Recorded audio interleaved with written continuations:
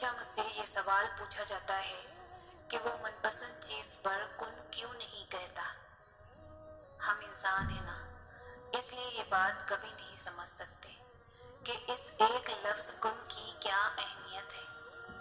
یہ وہ لفظ ہے جس پر پوری کائنات بنا دی گئی اور ختم بھی اسی لفظ پر کر دی جائے گی۔ سو اس لفظ کو کیا ایسے ہی کہہ دیا جائے؟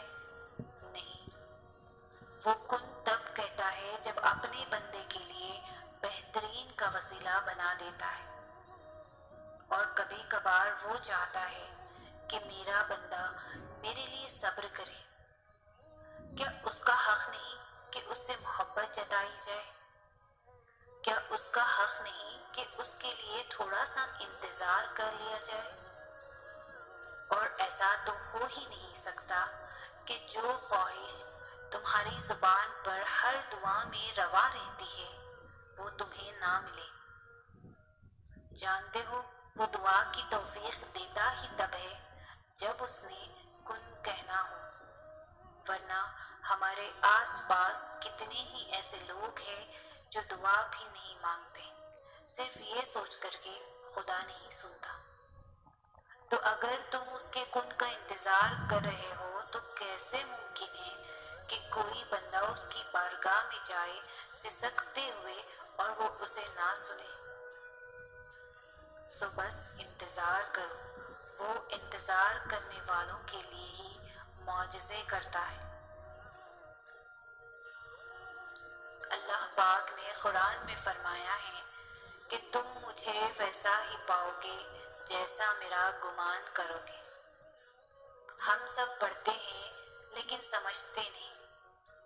کیا تم جانتے ہو کہ حضرت موسیٰ علیہ السلام کے پیچھے فوج لگی ہوئی تھی، تب اللہ نے کیوں سمندر کو 2 حصوں میں بانٹ دیا؟ کیا تم جانتے ہو جب حضرت ابراہیم کو آگ میں جانے کا حکم دیا گیا تو اس نے کیوں اس آگ کو ٹھنڈا کر دیا؟ کیا تم جانتے ہو کہ اس نے یوسف کو کیوں کنویں میں بھی پالا؟ کیا تم جانتے ہو کہ اس نے حضرت حاجرہ کو صحرا کے درمیان میں زمزم کیوں دیا؟ کیوں اس نے حضرت یونس کو مچھلی کے پیٹ میں بھی محفوظ رکھا؟ کیوں اس نے زکریا کو عمر کے آخری حصے میں بھی پہلی اولاد سے نوازا؟ ان سب میں بس ایک چیز مشابہ تھی، وہ ہے یقین۔ صرف اس لیے کہ ان میں سے کسی نے ہمت نہیں ہاری، انہوں نے یقین رکھا کہ خدا راستہ نکالے گا، اور دیکھو خدا نے راستہ نکالا۔ وہ سب اس پر یقین رکھ کر آگے بڑھتے رہے، اور دیکھو اس رب نے بھی انہیں مایوس نہیں کیا۔ اور توکل تو یہی ہے کہ راستہ نہ ہو اور تم کہو اللہ راستہ بنانے والا ہے۔ جب تم اس کا اچھا گمان کرو گے تو تم یقیناً سب اچھا ہی پاؤ گے، اور پھر دیکھو راہیں وہاں سے نکلیں گی جہاں تمہارا وہم و گما بھی نہیں جا سکتا۔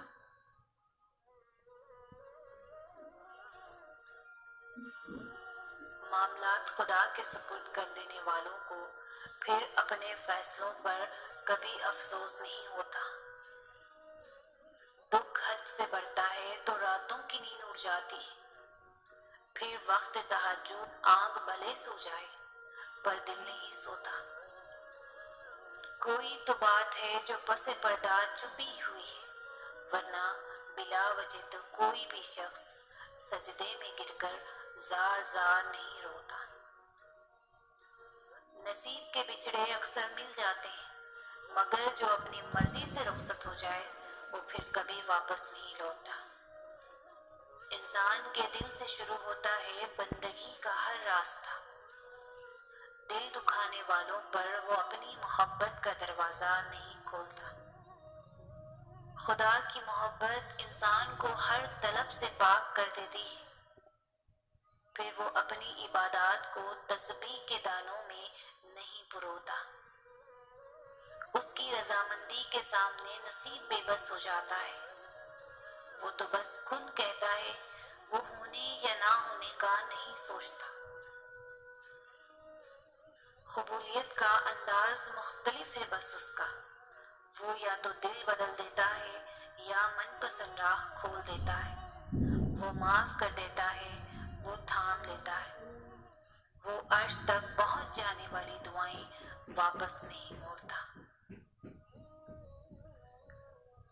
حیرت ہے جو فیصلے اللہ کے ہاتھ میں ہیں، لوگ ان کے بارے میں بھی کتنے یقین کے ساتھ کہہ دیتے ہیں کہ یہ نہیں ہو سکتا، کتنے یقین کے ساتھ لوگ اس کی طاقتوں سے مایوس ہو جاتے ہیں۔